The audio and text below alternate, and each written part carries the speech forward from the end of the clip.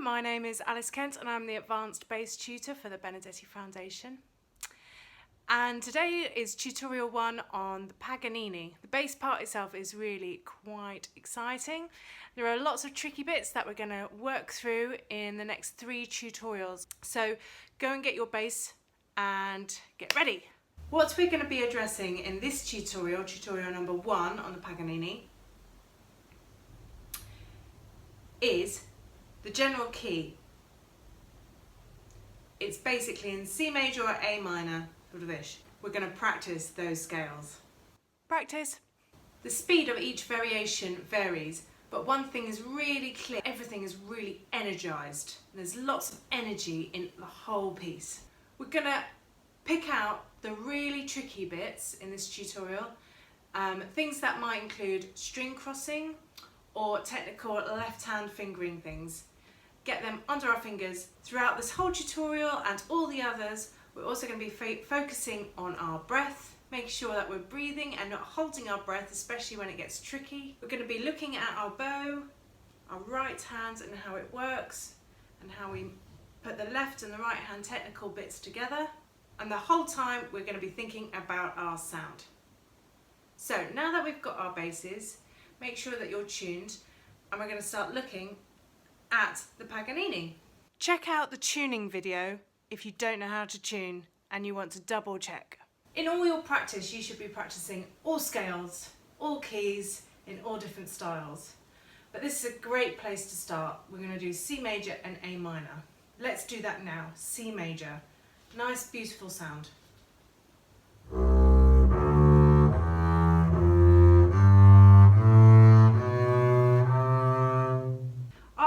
Is very rhythmical. Our part is very rhythmical. And we're going to be playing it to a click track, a metronome essentially. So we're going to practice it with a metronome. A normal metronome is what you will need. Download one, there are loads of free ones you can get. But right now I want to try a different type of metronome because a normal metronome can be quite dull. So I'm going to try with a fun metronome, and this will also mean that we internalise the beat and the pulse. And it will make it even easier for us to fit our rhythms with it. Okay. We're going to play C major with this pulse.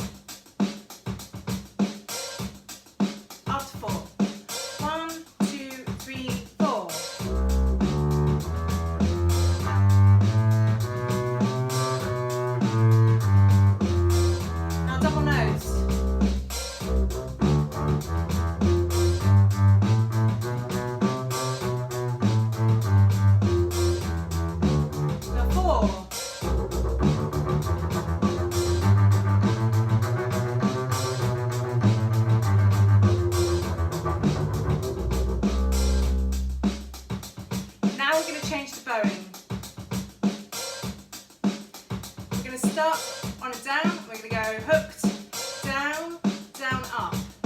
1, 2, 3, 4.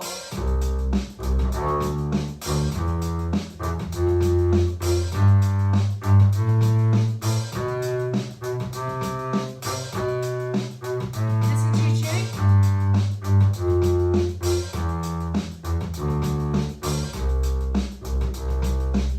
Now we're going to change it starting on an up on the C. Your tuning and your rhythm are really fitting in. 1, 2, 3, 4.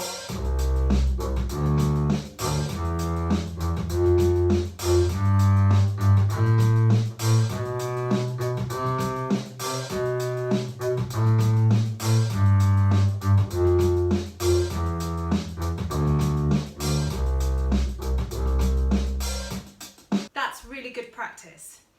And you can find those sorts of tracks on your keyboard at home or on your phone, which is a great place to find these things, or just play with a metronome. Listen to your tuning and mix up the rhythms and the bowings.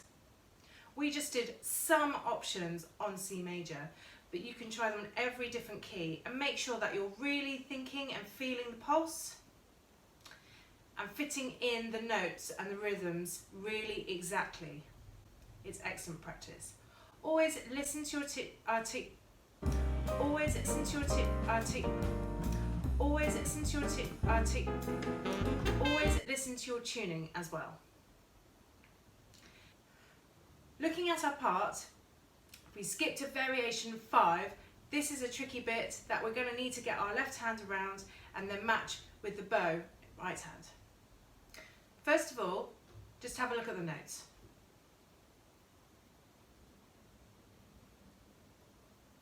And if you notice, the tempo is crotchet equals 50, so it's quite slow. And we've been told underneath expressivo, so this has got to be expressive. Let's try it now and see if we can come up with a really nice fingering for this.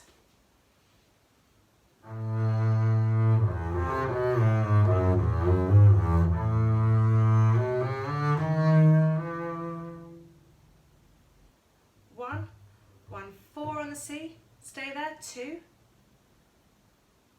2, 1, 4 on the F sharp, 1 on the E, 1 on the F sharp, I go up the D string here, 4 on the G sharp, 1 on the E, and then back to 1 on the A, 2 on the B, 4 on the C, 1 on the D, 2 on the D sharp, and 4 on the E.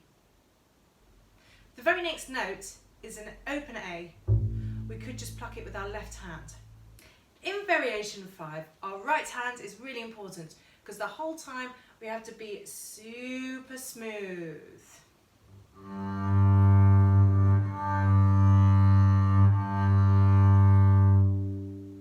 If we just practice with open strings, we'll get the right effect. So let's try D and G.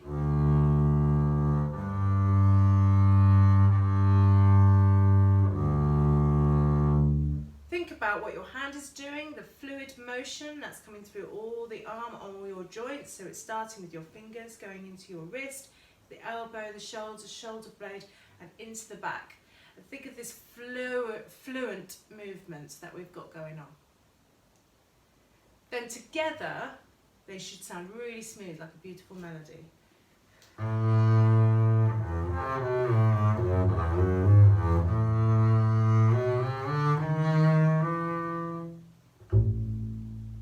If we skip ahead to 114, bar 114, got this F and this passage when it comes down and goes up, really flowy.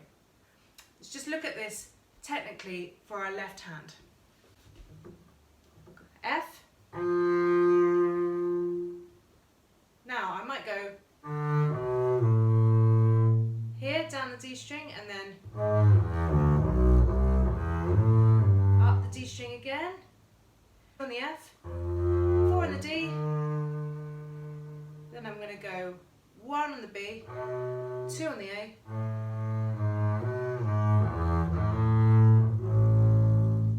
by doing the 4 on the D, 1 on the B, that little shift, we don't have this slightly awkward 1-1 shift, which isn't great on the bass.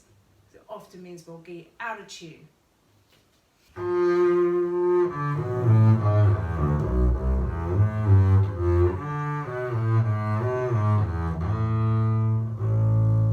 Try it out at home and see if it works for you.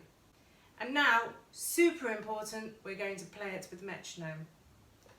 Crotchet equals 50 at this point, so set your metronome.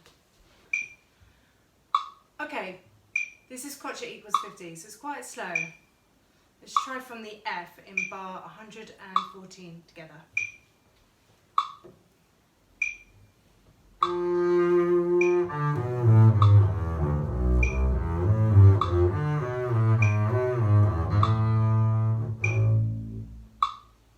Something like that. Practice it. Practice. Check out my warm-ups for an idea of how to tackle variation 1, these semitone shifts in slurs. The other thing to look at is the very ending. We've got quite a tricky little bit which suddenly triplets in the third to last bar. The way to practice these are to play the note super slowly. The fingering for the ending, I would go 1, 4, 1, 2, 1 on the A and the G sharp, 4 on the F sharp, 1, 4, 1, E, F sharp, E, open, D, C sharp, and we finish the whole piece on an up bow, don't forget.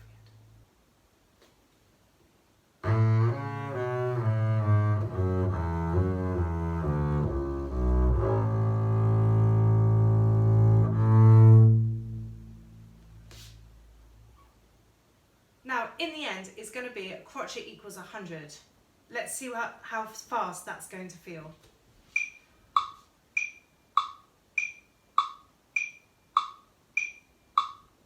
Now, if they were quaver triplets, they would be this speed.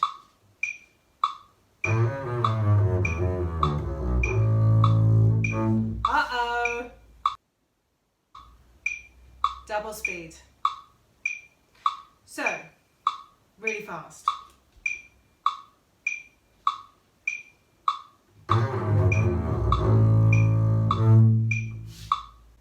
Something like that.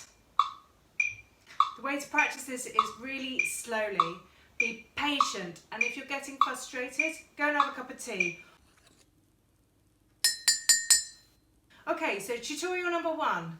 We've looked at the theme, our bowing, how we can incorporate that with using our scales, all scales, any scales, but maybe here particularly C and A minor, C major and A minor. We've looked at variation 5 and different types of fingering we could use with our left hand and how to mesh it together and add to the right hand, the bow, and keeping it really smooth. And we've looked at the ending, looking at the tricky little fingering passage here. Whenever you're tackling any of this, be really patient, relax, breathe, play. It's going to be really great. I'll see you at tutorial number 2. Bye.